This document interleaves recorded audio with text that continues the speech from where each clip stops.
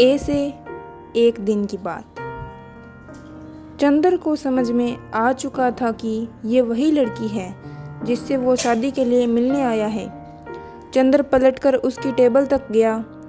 इससे पहले कि वो कुछ समझ पाती या बोलती, चंदर ने कहा, पता नहीं आपको सुनकर कैसा लगेगा, लेकिन मैं भी सॉफ्टवेयर इंजीनियर हूँ। हाँ, सॉरी, आपको वेट करना पड़ा। I am Sudha. अरे कोई बात नहीं, बहुत अच्छा बोली आप। I am Chandar. बातें सुन रहे थे? सुन नहीं रहा था, सुनाई पड़ रही थी। मैं बहुत जोर से बोल रही थी क्या?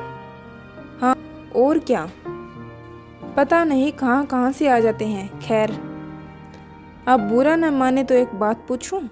आप पूछिए। मेरे बाद भी कोई मिलने आ रहा है तो आप बता दीजिए, मैं उस हिसाब से टाइम एडजस्ट कर लूँगा। अरे नहीं, एक दिन में 2 लड़के काफ़ी हैं। क्या करती हैं आप?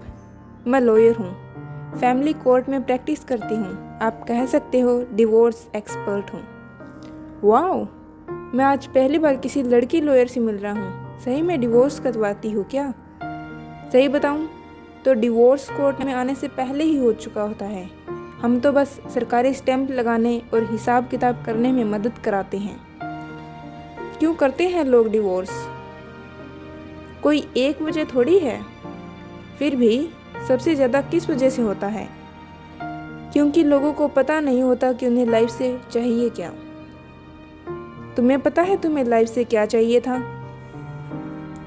थोड़ा बहुत शायद। और तुम्हें?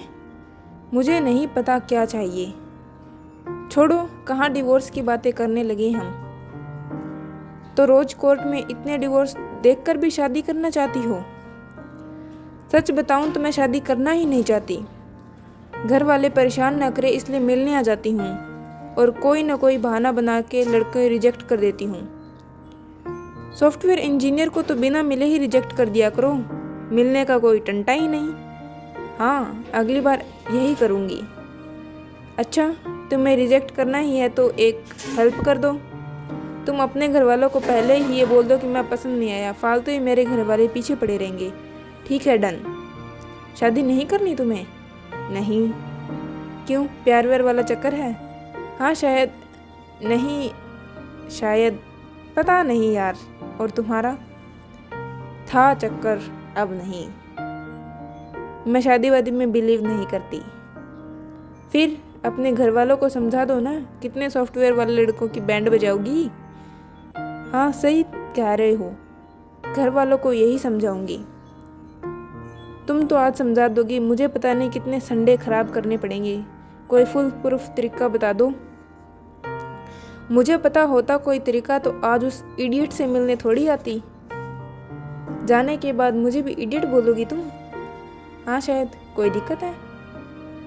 नहीं, कोई दिक्कत नहीं है। चलो मैं चलता हूँ। Good, keep in touch. Nice meeting with you.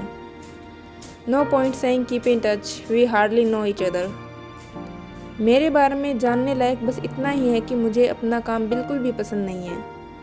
2-3 साल अमेरिका में रहकर नौकरी कर चुका हूँ, लेकिन कभी वहाँ मन ही नहीं लगा। अब अक्सर 2-3 साल के लिए अमेरिका जाने के मौके आते हैं तो हर बार मना कर देता हूँ। पता नहीं क्यों। क्रिकेट मैच के अलावा टीवी बिल्कुल पसंद नहीं करता। हर वीकेंड अकेले मूवी देखता हूँ। थिएटर देखना पसंद है। किताबें खरीदने जाता हूँ, पढ़ता कम।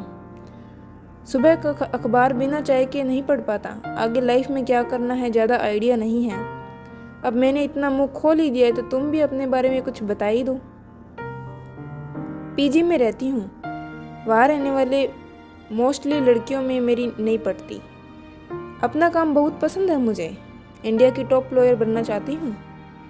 मूवी केवल हॉल में देखना पसंद है, टीवी पे नहीं। वीकेंड पे शौक या थिएटर करती हूँ।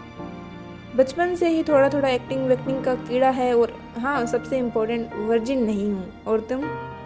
मैं क्या, वर्जिन हो तुम? अरे छोड़ो, ये बताओ, 1 बज गए, कहीं लंच वंच कर लें या तुम्हें कहीं निकलना है? मुझे साउथ इंडियन उतना पसंद नहीं, लेकिन चलो, कौन सा तुम्हारे साथ उम्र भर खाना है? अरे नहीं पसंद है तो कुछ और खा लेते हैं। अरे नहीं चलेगा यार, एक ही दिन की तो बात है। ये चंद्र और सुधा की पहली मुलाकात थी।